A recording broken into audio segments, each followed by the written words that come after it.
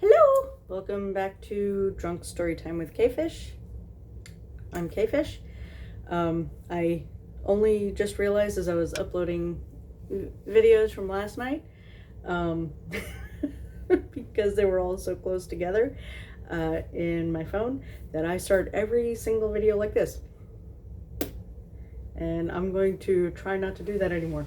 Anyway, I started out by finishing out some Bitch Bubbly sparkling wine, and I am now on to plum wine, which anyone who has watched like the first videos I did, that was like all I was drinking for a while was plum wine because it's delicious. So,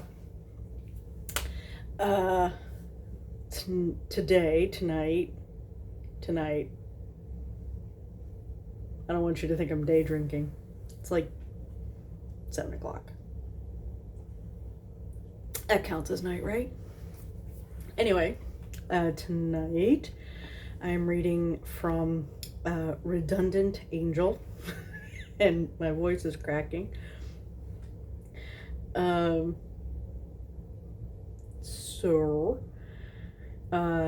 This is explicit adult content. And this one is called Goodnight Angel.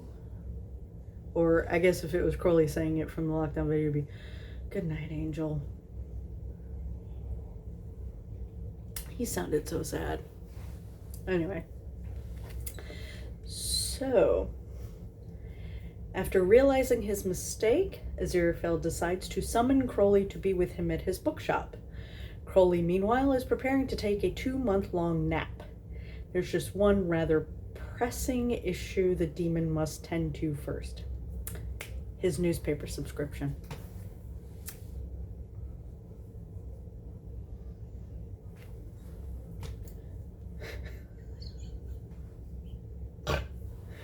There are any number of better little one-liners I could have put there, but I went with newspaper subscription.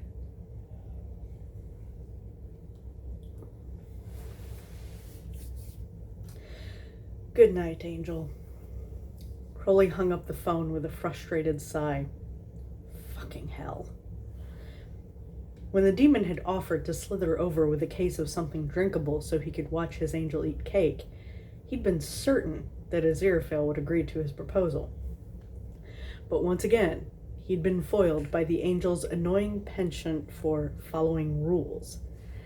They were celestial beings in the middle of a quarantine for somebody's sake.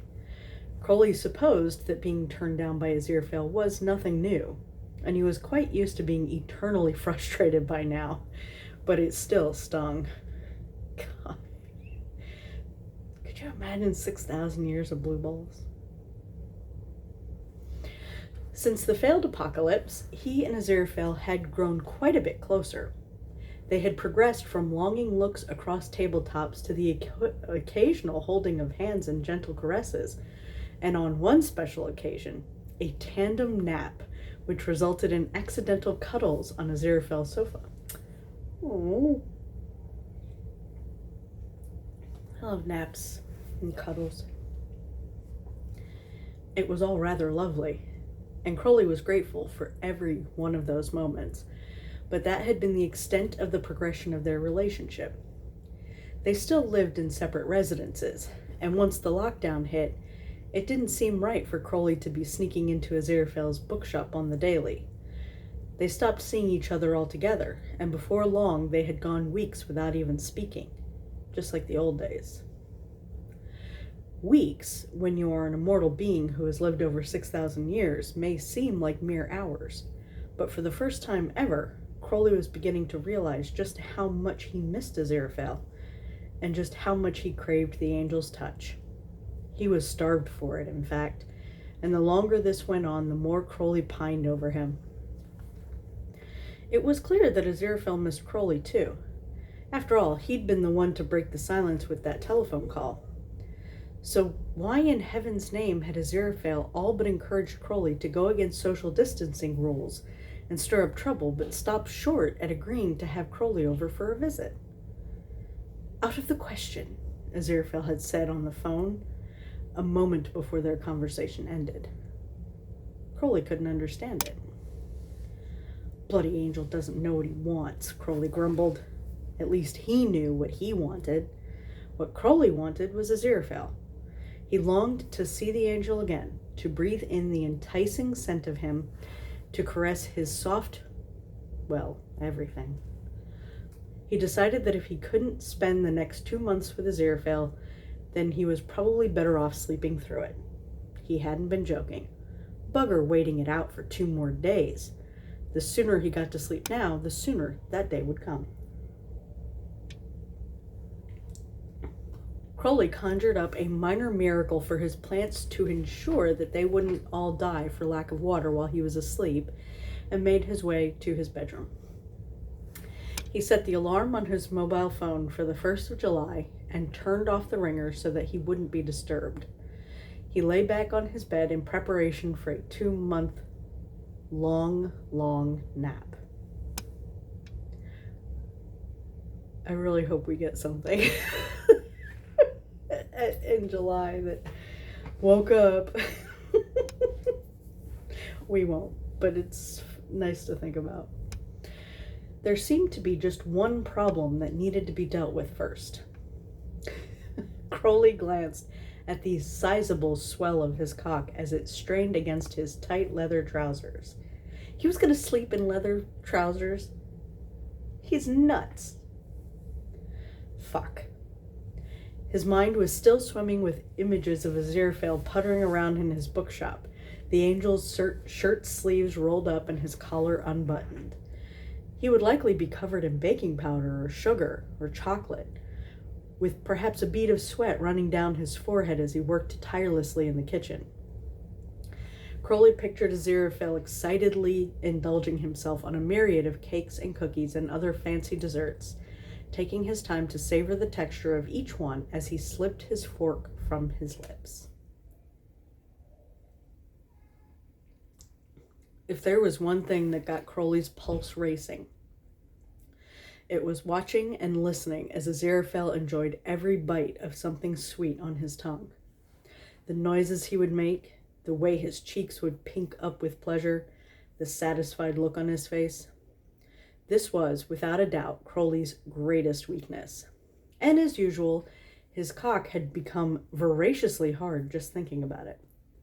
How on earth was he to possibly fall asleep without taking care of this one very persistent problem first? It couldn't be avoided.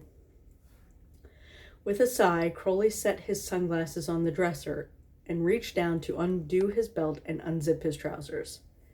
The moment his hot fingers trailed across the front of his underwear, he hissed with ecstasy. Oh, Satan, he was he ever horny? Was he ever horny? He doused his hand in lube.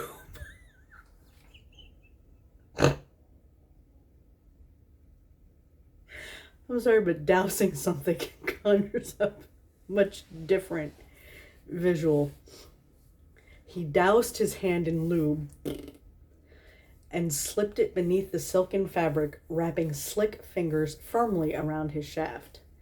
His cock twitched excitedly as he rolled his thumb over the velvety tip, lingering there a moment before tightening his grip and rocking his hips eagerly against his hand. "Oh, Angel," Crowley murmured, pretending it was Aziraphale's hand that was gripping his cock instead of his own. He caressed the head again, rolling his palm across it before sliding his fist leisurely down to the base. With a shivery breath, Crowley closed his eyes and tipped his head backwards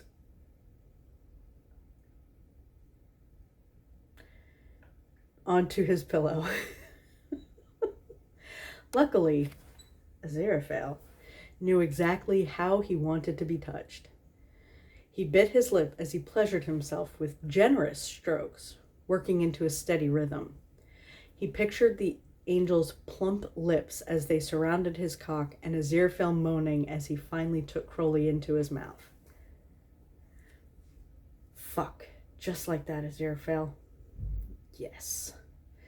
Crowley groaned wildly, thrusting harder into the palm of his hand. He continued to think of Aziraphale as he fucked himself impatiently with his slippery fist, fantasizing that it was the angel sucking him down instead. Before long, Crowley could feel his orgasm building from deep inside, but just before it overtook him, he suddenly felt like he was floating, no longer tethered to his physical body or the bed. What is this, some kind of transcendental orgasm, he wondered briefly.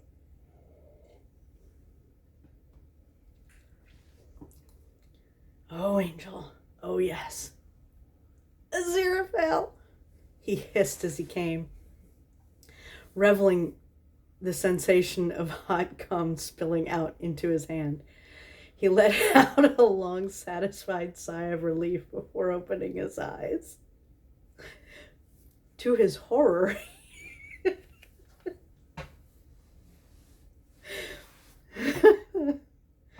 we all knew it was coming, but still, it's still funny to visualize. To his horror, he realized he was no longer in his bedroom, or even in his flat. He flinched, his eyebrows creased together in confusion as his brain struggled to catch up with what his senses were telling him. Oh, shit.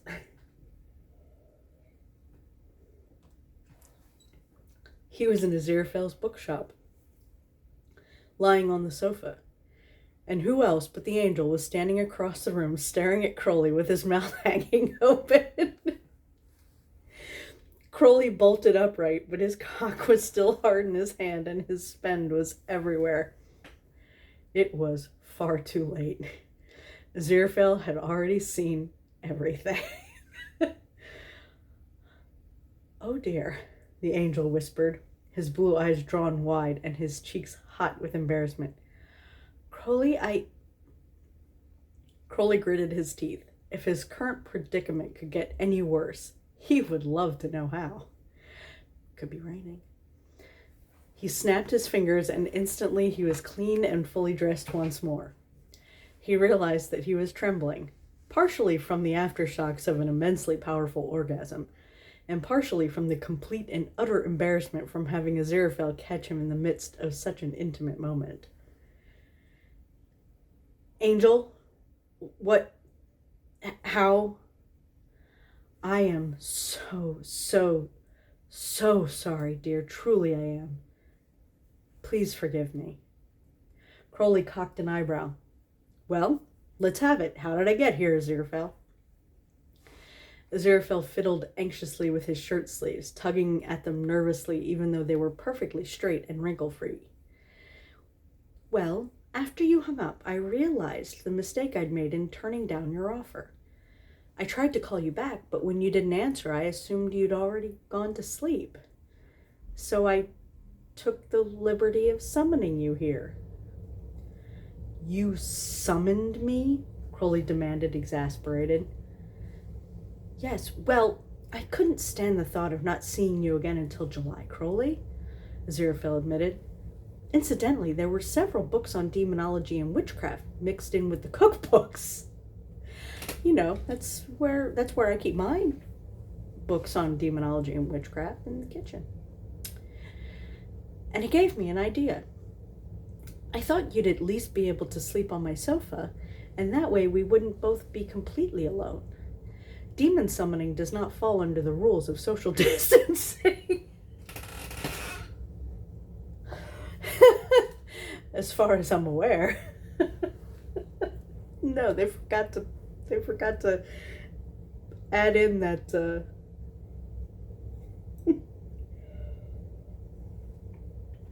that condition. Well, you have impeccable timing, Crowley groaned. How much of...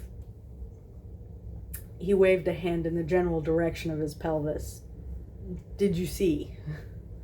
Aziraphale was so mortified that he could barely make eye contact with the demon. Oh, just the climax, really, he mumbled, as if that would be any source of comfort for either of them. And I may have heard you say my name once or twice. What? Crowley snapped. That's crazy, Angel. I wouldn't have...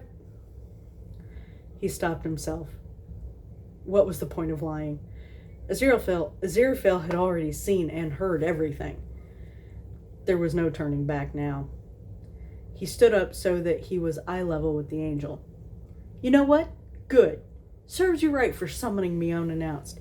Do you know why I was having a wank while thinking about you, Aziraphale? Aziraphale blushed and fumbled for a response. Because you drive me crazy, Angel, that's why. Especially when you hint that I should break all the rules, except for when it comes to the one thing that I want the most. You. Me? Aziraphale repeated, innocently. He looked genuinely surprised. Crowley softened his defensive stance. We've been taking things slow since the little Armageddon that couldn't. I know that, and I'm a patient demon. All we've got is time, and I can wait forever if necessary. But I'm not going to pretend that I don't want you as badly as I do. You. The thought of you. I can't help what you do to me, Angel. Aziraphale took a deep breath, and he seemed to relax a bit. I have to admit, Crowley, all of this baking has helped me to fend off boredom during this tough time. That is for sure. But really, it was a desperate attempt to help keep my mind off of you. So you've been thinking of me as much as I've been thinking of you? Crowley ventured hopefully. I've done nothing but think of you this entire time, Crowley. I know we've gone decades before without seeing each other in the past, but all that has changed, and I can't stand the thought of going another day in lockdown without having you here, let alone the next 2 months. I am truly sorry about summoning you without notice, but now that you're here, I do hope you'll stay. Aziraphale motioned for Crowley to sit back down. Please? Crowley considered Aziraphale's offer with a casual shrug of his shoulders. You summoned me, Aziraphale, he said, folding his hands together. Rules are that I can't leave until I've done whatever it is you want me to do. And I know how much you love to abide by the rules. He flashed Aziraphale a mischievous smile. So, what is it you'd like, Angel? I'm yours to command. Oh, fuck. I want to hear that. Aziraphale swallowed hard. Indeed. I suppose if those are the rules, I'd best think of something. Otherwise, I'd be keeping you here against your will. Yes, that would be ideal, Crowley advised. And it had better be good after summoning here mid-wank. The angel's cheeks were turning pink and his bottom lip was quivering. Crowley could tell that Aziraphale had not considered what, if anything, he would have Crowley do if given the opportunity. He had never let his mind wander quite so far. Or had he? Crowley smirked, enjoying this slight bit of revenge a little too much. He sauntered over to where Aziraphale was standing, playfully crowding the angel against one of the round pillars near the rotunda of the bookshop. Well, I'm waiting. Aziraphale locked eyes with his counterpart and gave him a coy smile. Very well, Crowley. I've decided. Since you've already tended to your own needs tonight, perhaps you might consider tending to mine? Ugh. I cannot make that sound, said Crowley, feeling his knees growing weak, whether it was to avoid any confusion or to provide extra encouragement, or possibly both. Aziraphale reached for the demon's hand and planted it firmly atop his own effort. The angel's cock was already half hard under his touch. Satan, Angel, I thought you'd never ask, Crowley whispered. He dropped easily to the floor before Aziraphale, his hands caressing over the angel's rounded hips and generous backside before reaching up to undo his trousers and freeing the angel's now straining erection from its confines.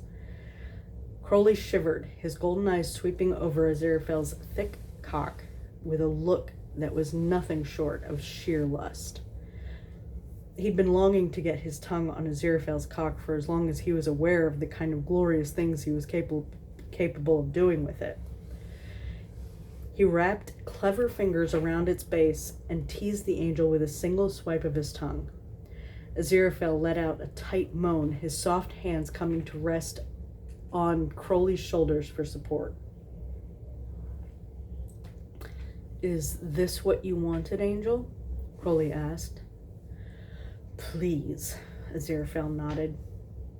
The demon went to work, teasing Aziraphale with a few tortuously slow twists of his tongue, curling it all the way around the angel's significant girth before taking the entire length of him into his mouth. Aziraphale tasted so unbelievably sweet, and just like even the apple in the Garden of Eden, he devoured the angel without any hesitation. "Oh, Crowley," Aziraphale murmured, already half gone with pleasure. His fingertips twisted in Crowley's hair, and he tugged firmly, eliciting a growl from the demon, who, in turn, squeezed Aziraphale's hips in the interest of encouraging him to thrust deeper. This only served to shove the angel's cock further down the demon's throat. Crowley did not complain. He wanted it. He wanted to feel everything. He trailed his fingertips up over the angel's thick thighs, upward until he settled on Aziraphale's plush ass and gripped it firmly in both hands, encouraging the angel's hips towards him.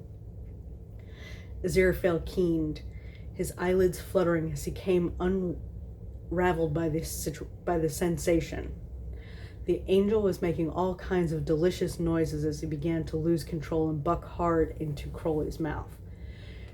Aziraphale cried out as his orgasm ripped through him, his knees collapsing as Crowley held him fast against the pillar and drank him down, reveling in the satisfying feeling of a job very well done. Gold star. The angel was panting and he looked deliciously disheveled. "Oh, Crowley, that was positively sinful." Crowley rose to his feet and Aziraphale melted against him, wrapping his arms tightly around the demon's shoulders, almost as though he were worried that Crowley might leave. "Right," Crowley said, trying to hide the fact that he was beaming ear to ear. "My work here is done. I'll see you in 2 months, Angel." "Oh, no." "Crowley!" Aziraphale exclaimed, slapping the demon playfully on the arm. "Ouch! It was a joke," Crowley whimpered. "If you think there's anywhere that I'd rather be during this lockdown than with you, Aziraphale, you're wrong. I'm staying, and I'm not going anywhere until this whole thing is over." "I'm happy to hear that, Crowley," Aziraphale replied with a smile as he sheepishly straightened out his clothing. "Now, where are my manners? I've been an extremely poor host. May I offer you some cake?"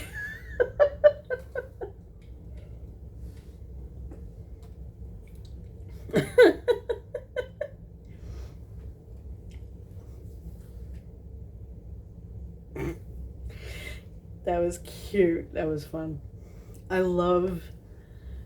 There's like a lot of tropes in there that I just love. But I love summoning fics. They're so good. Anyway, thank you for joining me. I'm going to do another video here in just a minute. But I try to break them up, so